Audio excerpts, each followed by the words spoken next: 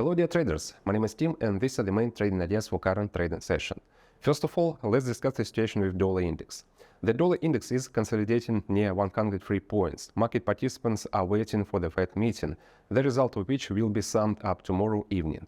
At the moment, most analysts expect the regulator to keep the interest rate at 5.25%, but much will depend on the May inflation data, which will be released today.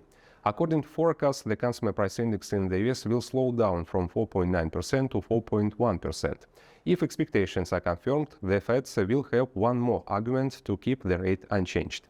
Thus, today the US currency may be under pressure as the prospect of further easing of US monetary policy is a clear bearish signal. Next, GBP-USD. The GBP-USD pair holds position near 1.2530. Today will be published May report on the labor market in the UK, as well as an estimate of gross domestic product from the National Institute for Economic and Social Research.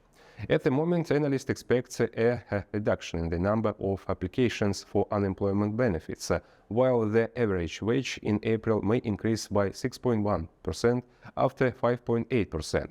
Also, during the day, the speech of the head of the Bank of England, Andrew Bailey, is expected, which may hint at a change in the monetary policy of the regulator in the near future. Thus, if the expectations of traders on the growth of wages are confirmed, it may convince the Bank of England to raise the rate more actively. In this case, the pound is waiting for another successful session. And finally, USD Canadian dollar. The USD Canadian dollar is trading near 1.3350. Traders continue to analyze the latest decision of the Bank of Canada to raise the rate to 4.75%.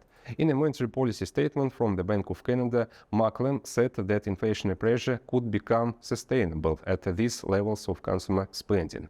In addition, the regulator allowed for the possibility of a further increase in interest rates.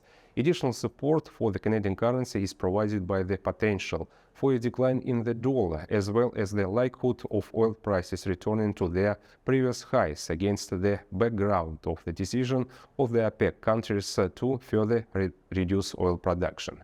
Given the above, we recommend to keep short position. So these are the main trading ideas for now. Thank you for your attention. Don't forget to subscribe to our YouTube channel.